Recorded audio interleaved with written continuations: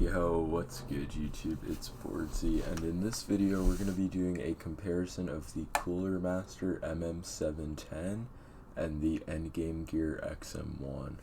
So starting off, this mouse is between $40 and $50 online depending on where you get it from. On Amazon I believe it's around $45 right now, and that's the easiest place to buy mice in my opinion.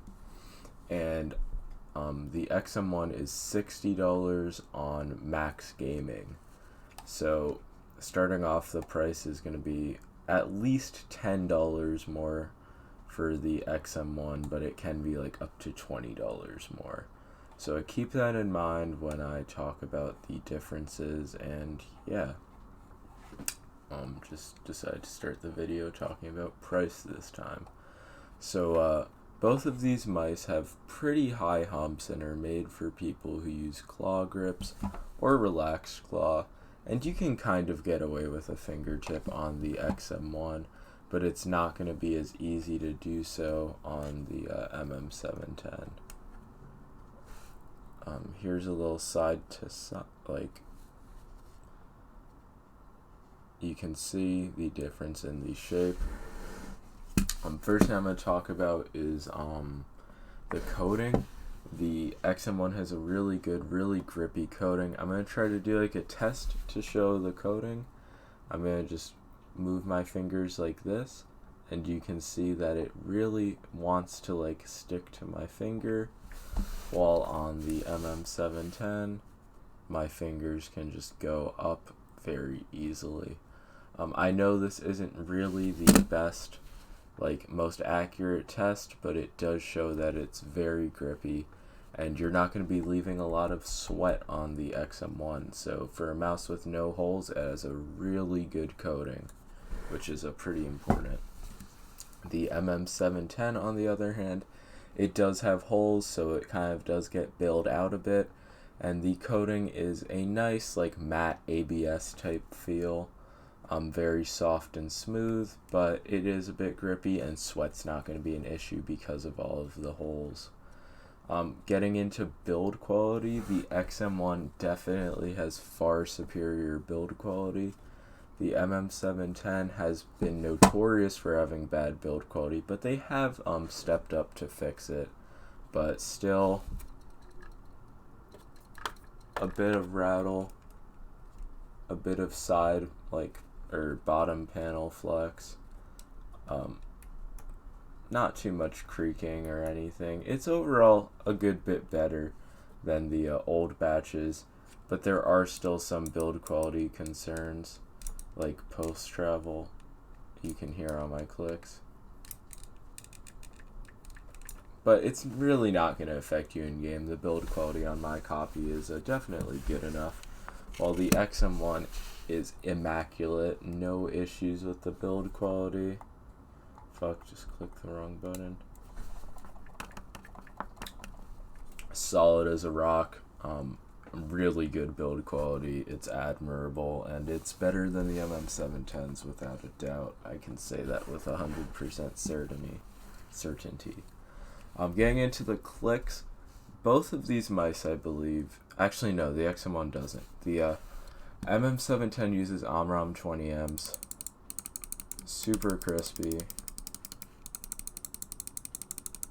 I love these clicks. They're super light, super crisp. Very light to actuate. There's a bit of post travel, somewhat noticeable amount, but really doesn't affect you in game. And yeah, the XM1 uses, I believe they're 50Ms. I'm not sure. They do have a different sound and feel. They're a lot more crispy, similar to the G Pro wirelesses, and they do have the analog technology to make them have less than a millisecond of like reaction time or debounce time. I'm not sure. No issues with the travel. It's harder to focus, but yeah, no issues with the travel there. Into the scroll wheel, both of these mice have scroll wheels that have a good bit of resistance, but the MM710s is a bit quieter. No real difference in performance. The XM1s is probably a bit harder to actuate, like it takes a bit more force. The side buttons on the XM1, they still sound a little bit very high pitched, but they feel a lot better and more firm than they did on the old version, and are overall very usable and very solid.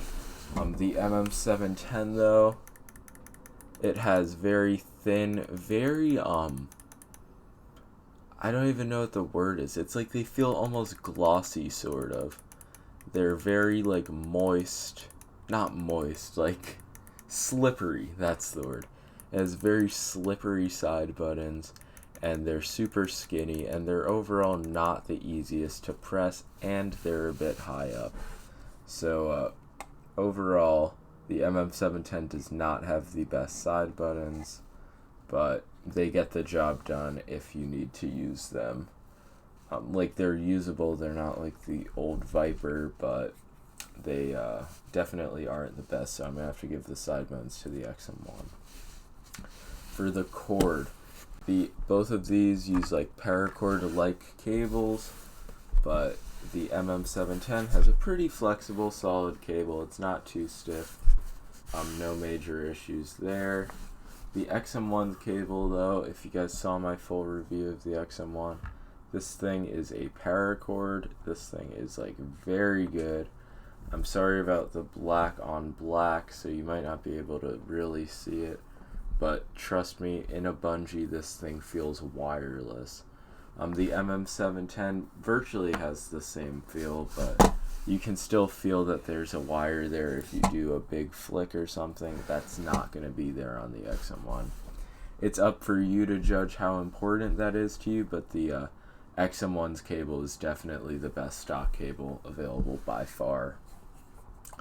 Switching over to the bottom of the mouse, both of these mice use a 3389 sensor. No reason to talk about it. It's the best on the market. Super good tracking from both of these mice. It's splendid, moi. Both of these mice also use stock PTFE feet, and they both feel very good and buttery smooth. Hold on, I'll put it in the bungee for the better glide test. Hold on.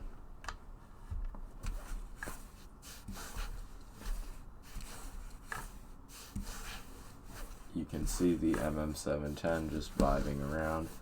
On my mouse pad, it feels very smooth, and they do have somewhat thick stock feet, which is something that I like to have, because having thicker feet just feels a lot better. The plastic part of the bottom of your mouse isn't going to be going against your pad, and it's just going to be a way smoother feel in general. The XM1 also features very smooth stock feet, and it glides very well as well. Both of these mice come with great PTFE buttery smooth feet, but I believe the XM1's feet are more rounded, so they are going to be better performing.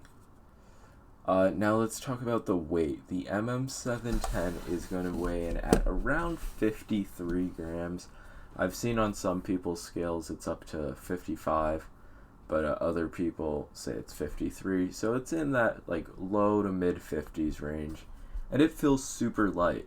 For a mouse its size, and while it may look small, this is not a small mouse. This hump fills up a good bit of your hand, and it's rather wide, so this mouse really isn't made for people with small hands, or it won't be best for people with super small hands. And yeah, so for a mouse of its like relative size slash feel, it's super light, and this is something like when I use it, I've noticed I've been a bit shaky. I should probably lower my sense, but you might need to lower your sense when you use this mouse, because it's super light. And yeah, once you get used to it, you're going to be able to make a ton of flicks, because it has that great sensor and overall like solid feel. But yeah, it's might be a bit too light for some people. I used to not believe that's a thing, but I definitely believe it's a thing now. The XM1 though, it weighs in at 70 grams, and this is around the perfect weight for a mouse in my opinion. Maybe a bit lower, but yeah, I've started to get back into the somewhat heavier mice, like around 65 to 80. I know that's not heavy. I'm just saying like heavier than the ultra lightweight mice such as the MM710 and ultralight 2. Weighing in at around 70 grams. This mouse just feels perfect in my hand. I'm not shaking too much, but I can still make micro adjustments. And overall, it's just a really comfortable weight for me, along with a comfortable shape. Which brings me to my last part, the shape. Both of these mice are ambi mice, meaning that, well, not like true ambi mice because they don't have side buttons on the right, thank God. But they are not an ergonomic shape, they are an ambi shape. As you can see, the XM1 is a bit longer than the MM710, so it's going to, and it has a more sharp like decline, while the MM710 doesn't really go down as much. You can see the shape difference here. And I found that on both of these mice, I use the same grip. I use a sort of relaxed claw grip, and it translates like perfectly, basically. And yeah, so both of these mice are gonna have a similar feel, and basically what's up to you is, do you want to pay $60 for the slightly heavier mouse with better build quality and a way better cord, or do you want to pay around $45 for a super lightweight mouse that may not have as great build quality long term? Because the clicks, they're basically the same, scroll wheel basically the same, feet basically the same. Everything on paper is around the same. It's just up to you. Do you pick build quality and cord and a slightly heavier weight, or do you pick the super lightweight and lower price? I can't make that decision for you, but these shapes are going to suit virtually the same people, which again, medium to medium sized hands, but it could probably work for most people if you just adjust your grip to it.